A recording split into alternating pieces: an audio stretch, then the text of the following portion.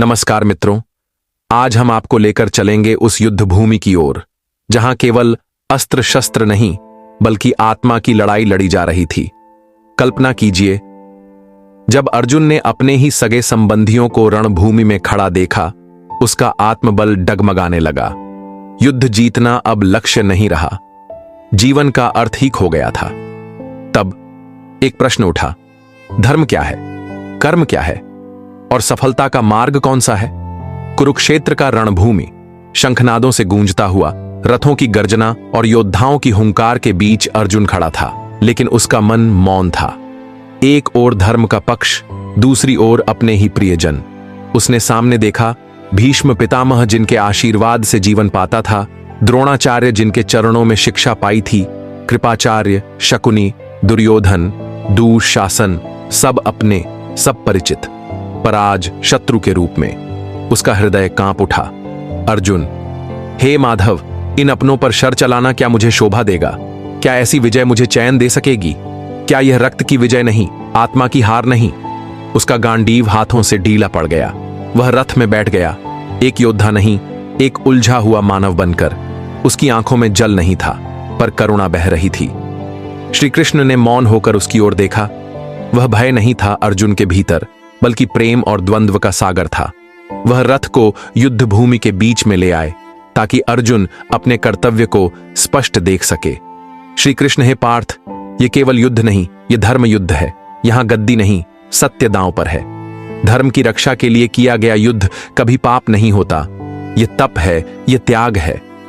अर्जुन, किंतु हे माधव, यदि मेरे अपने ही अधर्म पर हों, क्या अपने प्रियजनों का वध धर्म हो सकता है?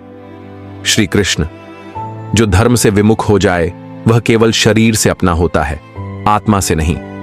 तुम्हारा धर्म किसी व्यक्ति से नहीं, उस मूल सत्य से है जो न्याय और नीति का आधार है। श्री कृष्ण, आत्मा अजर है, अमर है। न इसे अग्नि जला सकती है, न जल भिगो सकता है, न वायु सुखा सकती है, न शस्त्र काट सकता है। तुम केवल नाशवान शरीरों से युद्ध करोगे, आत्मा अछूती रहेगी।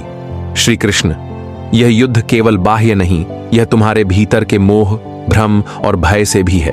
जब तक तुम इन्हें नहीं हराओगे, तब तक कोई भी युद्ध सार्थक नहीं। अर्जुन, हे जनार्दन, मेरी बुद्धि भ्रमित है, हाथ कांपते हैं, मेरा मन डगमगा गया है। यह सब मुझे व्यर्थ लगता है।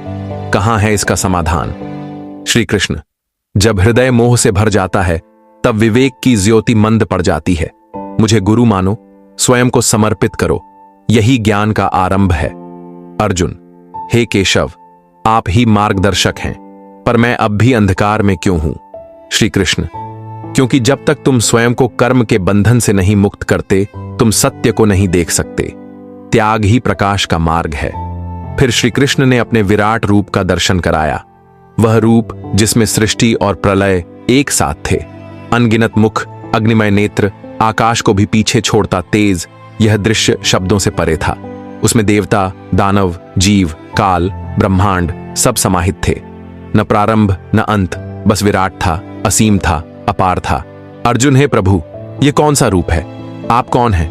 मैं आपकी इस दिव्यता को समझ नहीं पा रहा। श्री कृष्ण, हे अर्जुन, यह मेरा दिव्य स्वरूप है, जिसे न देव, न अर्षि, न मुनि देख सके। केवल वह देख पाता है जो समर्पण करता है, जिसने अपना अहम त्याग दिया हो। अर्जुन, हे विष्णु, मैं अज्ञानी था, आपके मानव रूप को ही पहचान सका। जो कुछ भी मैंने अनजाने में कहा, कृपया उसे क्षमा करें।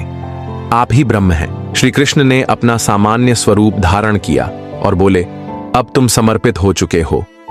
अब तुम केवल अर्जुन नहीं, धर्म का रथी हो।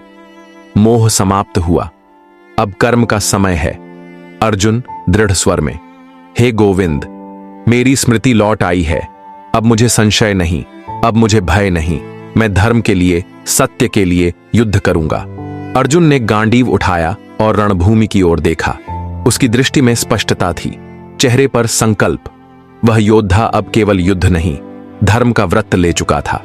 युद्ध आरंभ हुआ, आकाश गूंजा, धरती कांपी, गीता के श्लोक रणभूमि में गूंजते रहे।